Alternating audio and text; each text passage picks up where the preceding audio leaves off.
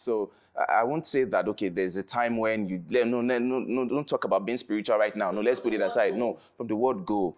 So what you need to do is to learn the skills of how to apply your spirituality. It is relevant. It's not like something that you reach out for when things are bad. No. So that's just my own take on spirituality. Okay.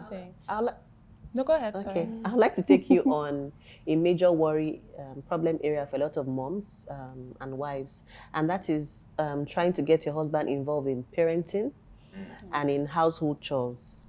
How do you do that? How do you go about this? Okay, I'm going to attend that, but finally about the not working out of like, is this the right time? Like, what do we do? The truth is that you just need to, there are some things you aren't doing right. You know, before you say you want to work out or something, and sometimes I see that when women approach me, they are really tired. Sometimes it's not really that you want to leave. You didn't go in because you plan to leave. Do you understand? But things are just horrible and you're thinking of what to do. So going back to doing the right thing might help you and improve things, and you won't even be thinking of leaving anymore. So I didn't want to, because I didn't answer the fact that some people actually wanted to leave. So it's not like, hey, yeah, you must die there, you must. I always believe in happiness, as in I like peace and happiness, as in I don't. So I try my best to also, because I know I'm a stakeholder, to always make sure that that's what I'm also giving, so that I can get it as well. Now, Oh wow!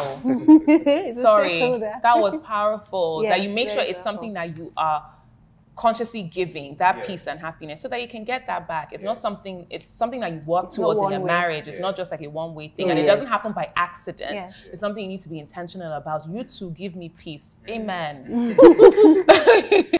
Okay, so quickly, please, on getting men to do the chores and parenting. Most times, these things are foundational issues. When I say foundational issues, there are things that are supposed to have been discussed before going into the marriage. Like, okay, what's your view about parenting? What's your view about chores? What's your view about this? You know, so you'd have known what role and responsibilities and what this person is open for. So, but most times, people don't do that, and they get caught up with the responsibility. Sometimes you think you can handle it.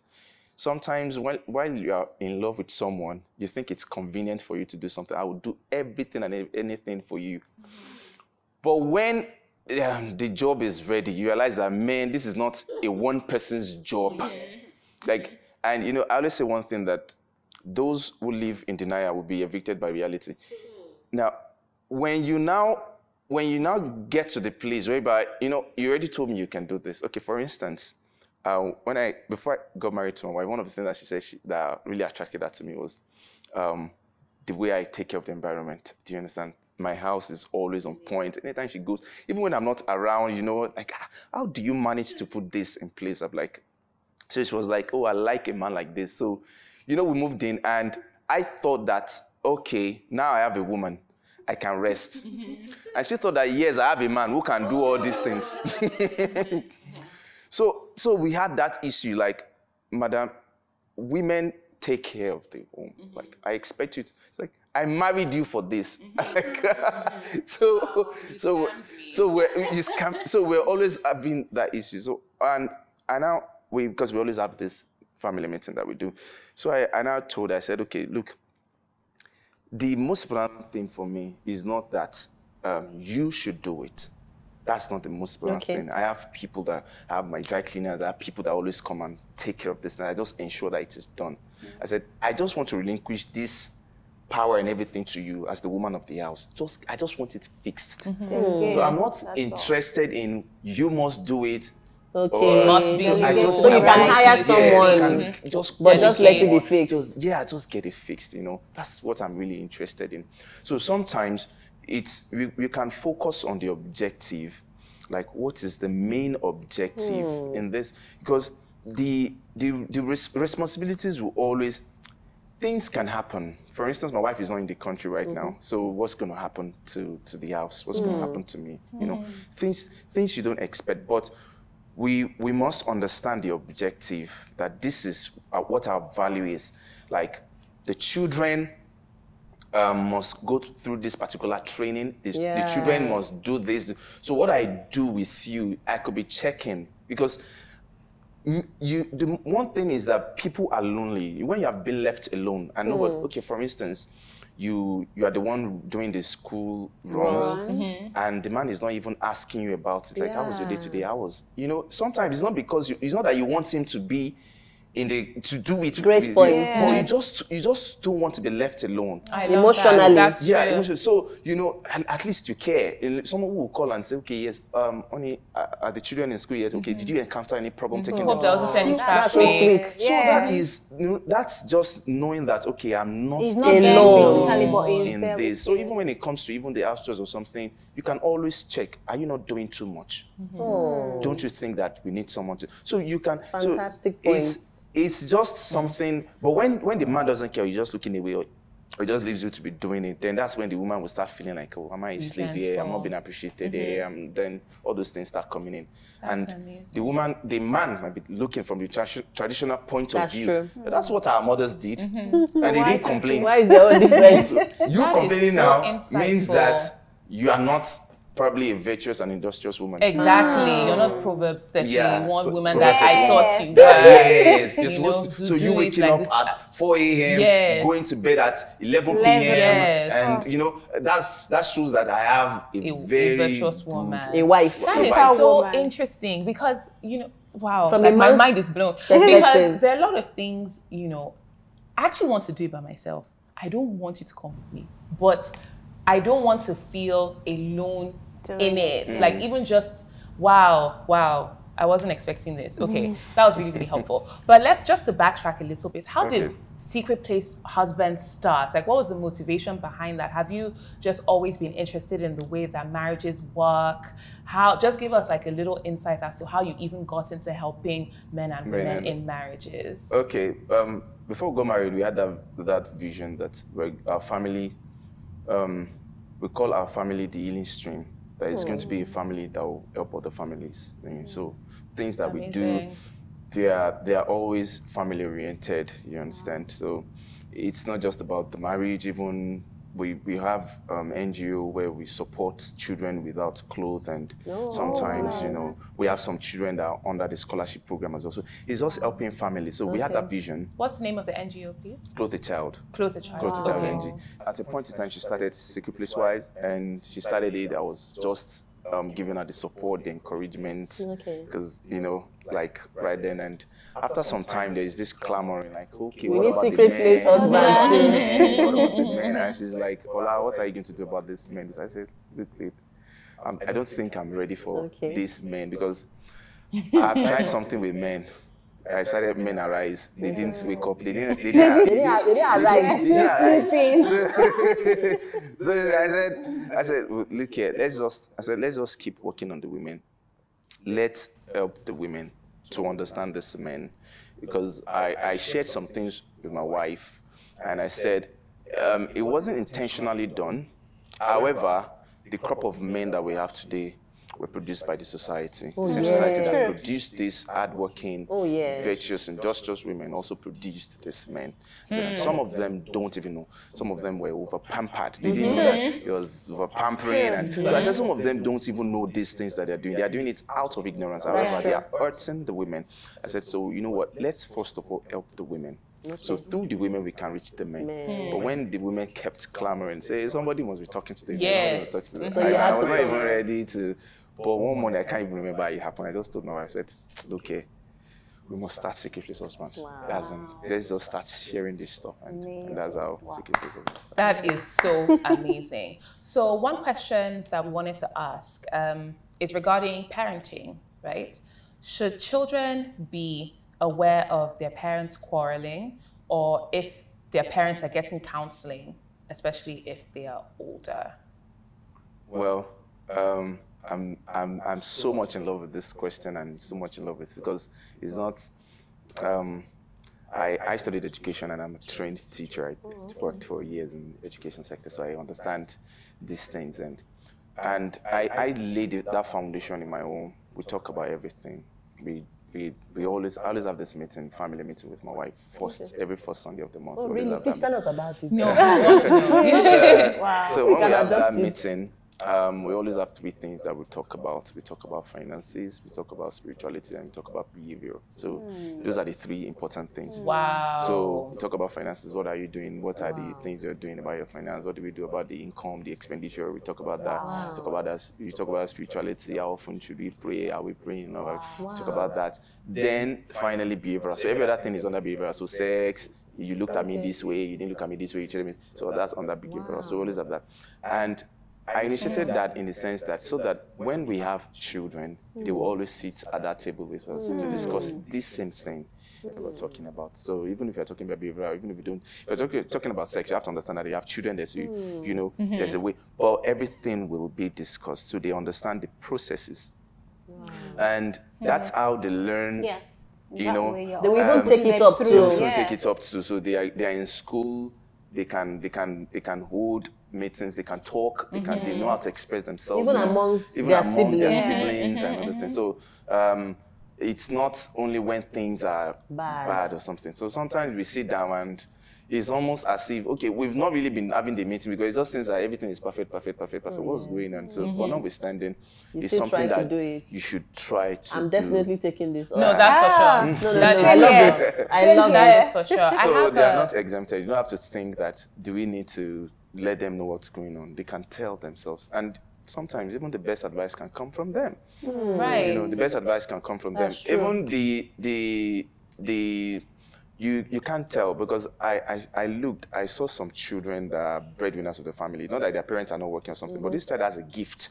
This gift has been tapped into, and this gift is already yielding. So what are you going to do? So that's like that boy on YouTube, Ryan's toy. So that boy is already bringing something into the family. Substantial. So we can talk about finances, and they can hear too savings, investment. And, you know, they can think. So I don't think that they should be exempted. That is amazing. So another question I had is, what is the number one issue that keeps coming up from the men? What is the number one issue? Complaints. The number one complaints. Like, well, wives, we need to. What is the complaint? What's the number one issue that you get from men? Okay. Let me see. I'm trying to sum it up like from the freshest complaints and still ones. Like one, impatience.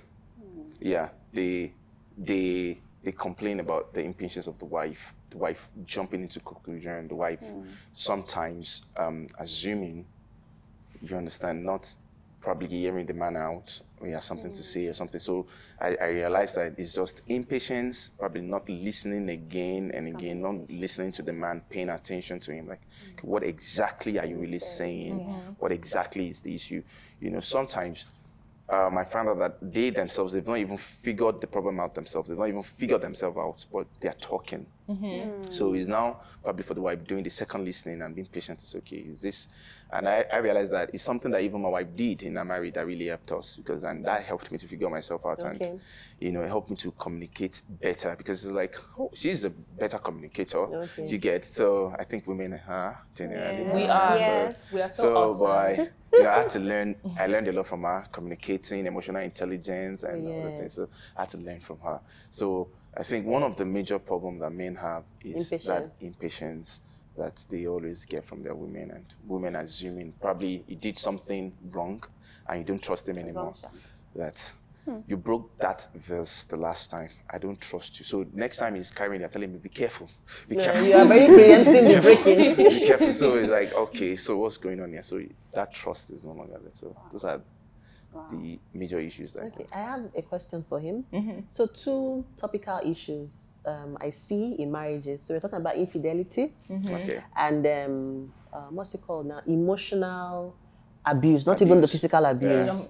So emotional abuse is so rife. We don't talk about it because a lot of people don't think it's as dangerous as physical abuse.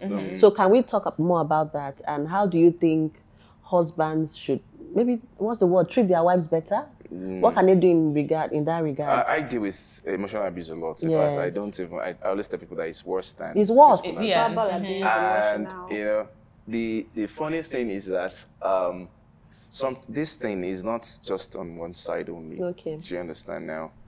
I always tell people that a physical abuse you can see, you can trace and say, yeah, he touched me here, he slapped me here, see the black eyes, see this, see this scar. I said, but emotional abuse is internal. It's crazy, it's deadly. Depression. And I said it can be two ways. A woman can use emotional abuse on a man, and a man can also use it on the woman. Because you know, and that's why sometimes it's very difficult for a man to be heard when he's saying something and it's paining him. Do you understand? But because you can't, it is when he probably reacts violently or something. That's when you say, but you did this now. Everybody will not capitalize on what the man's reaction, and they won't. So I always talk about that emotional abuse a lot, gaslighting, making somebody feel less than they are. Yeah. You know, so Nagging. in fact, I just can't show you, when I'm talking to men, anytime I'm telling them, I'm always reminding them, you love this woman, she's a queen, talk to her respectfully, as much as in I always, in fact, I couldn't just show you things. I always put it there that this is how we should go about it. I will tell you, this is how you should go about it. I understand how you feel. I know that you feel, yes, you have a right to feel this way, you're a human being, but you know, this is how we should respond to it. So talking about emotional abuse, sometimes even the person abusing the other person may not even know that what you are doing is emotional abuse. That you actually, sometimes you don't even know. Sometimes it's just bullying, kind of. So, and you thought you were defending yourself, but probably you didn't know that you are actually hurting someone. And so sometimes even the bully needs help. So it's not only the bully that needs the help. So I think emotional abuse should probably take the front line right now. Even before before we talk about physical abuse, because I always tell people that before someone will raise their hand up against you, in their mind, they must have reduced you to something that they can eat.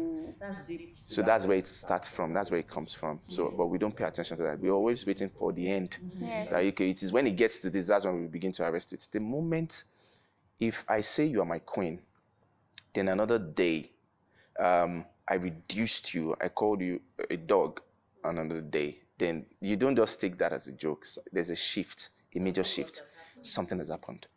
So when you're in a relationship with someone, you have to make sure that my image, the way this person perceives me, is intact, like this, is intact. So once it is drifting, you bring them back. Yeah, I say, no, this is not who I am. This is them. Then you remind them as well of who they are.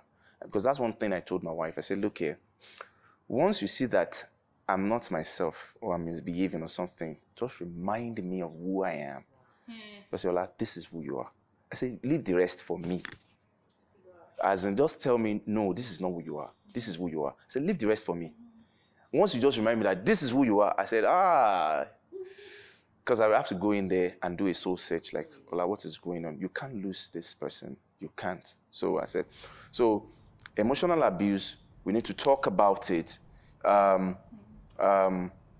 We need to be protective of one another's, each other's emotion. You know, we need to, because emotion is internal, so it's hard for so many people to get there, to reach there. And also because women are more emotional than men. We're very I would say women are more expressive of their emotions than men. Do you understand? I would say they are more expressive. I don't deny the fact that yes, they have hormones, because they are the ones that carry the baby. They are the ones that, so they have hormones to make them quickly say things, and they are more they have more empathy than men. And that's one of the reasons I always say that we need more women in our governance, in doing things. When a woman is somewhere, there will be balance. Do you understand? There will be empathy. There will be love. There will be, so if you leave things to men, to be rigid, it to be tough, it to be hard, it to be, so we need more women. And sometimes men are confused about their masculinity. They think that, oh no, if I do this, I will be a woman. So this is for women. Even if a man is crying and they want to tell him to stop crying, what would they tell him? Stop crying. Boys don't cry. Men don't cry. Are you a woman? Be a man. So they bottle up so many things. So it's like, don't do that. You can't do that. You can't do it. So it's almost like, okay, I can't do this. I can't bring shame to myself and shame to my own gender. So it's I can't almost cry, I can't talk. I can't. And you know, sometimes they just think that you should get it. I'm not talking, but you should have got the message now, you know, so they don't know how to express themselves. So all those things will probably end up, because it's just emotional mismanagement eventually.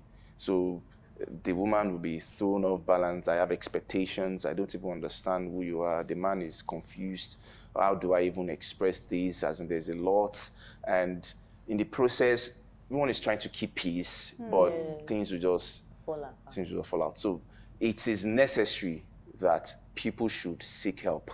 Yeah, so it is necessary, you know. It's not when marriage counseling is not only when things are bad. That's when you go for counseling, or when you need to do a checkup. Like, you know, that's why we have a page like Secret Place Wife, Secret Place Husband. You can read things every day and know that, how your the health status of your marriage is like and stuff. So people should just reach out for help, and women should encourage their husbands to just tell them, you know, don't nag, but just tip it in and say, why don't you just look at this? And what do you think, Oni, about this message? What do you think about this? Look at what this person is saying. What do you think? You know, gradually, you know, let him, whatever he says, don't argue. Just leave it. Just be dropping the seed there. Just be dropping the seed. He will think about it. It will grow into something. But most times, women, the impatience, they want it now. No. You said it. Correct yourself, young man. You're not. You're not. So amazing. Okay, fantastic. I mean, I've learned so yes. like I've just been mentally like taking notes this whole Exactly. time, because you know you've said so many things that have really spoken to me and things that I can improve on as well. Yes. Okay. Great. Thank you so much. One Thank quick you. one, please. Oh. One quick one. I have a question. Infidelity. okay, yeah. How do you forgive a cheating spouse? And can a cheating spouse actually change? How can you work on that? Thank you for bringing us back. Infidelity is always a big deal in marriage, and sometimes it's like the major issue that people wait for. Like, okay, I can take everything except infidelity. And when we look at infidelity, we're always looking at men, you know, because men always get caught. Oh yes. Okay. I speak for marriage. I don't speak for gender.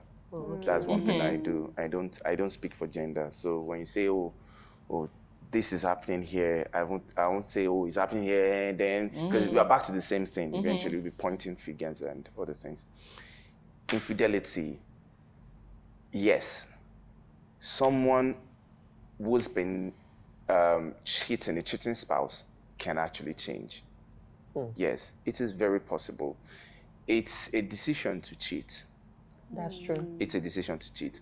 And decisions can be influenced. Decisions can be influenced. People can change. Sometimes, even people who cheat don't even want to do it.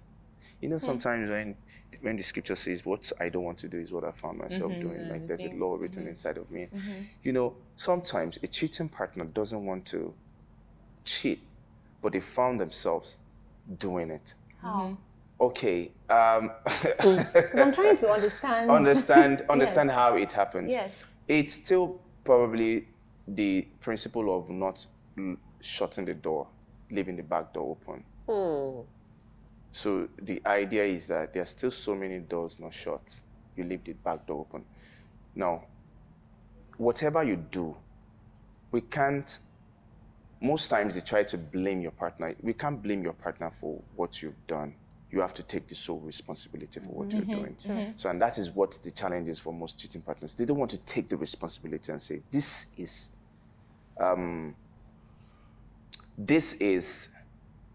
something, an action that I'm responsible for. Do you understand now?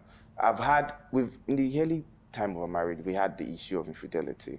Do you understand now? Whereby I had something with my ex. Do you understand that? But we're able to move past that because I owned up. Wow. Yes, I owned up. And I made it clear to my wife, like, this is what happened.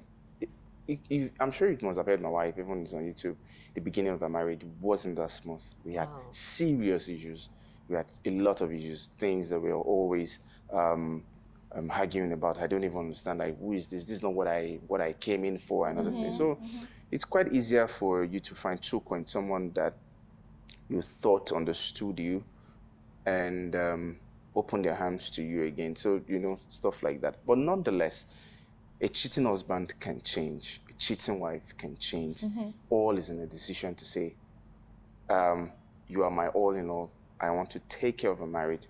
There's nothing that that you are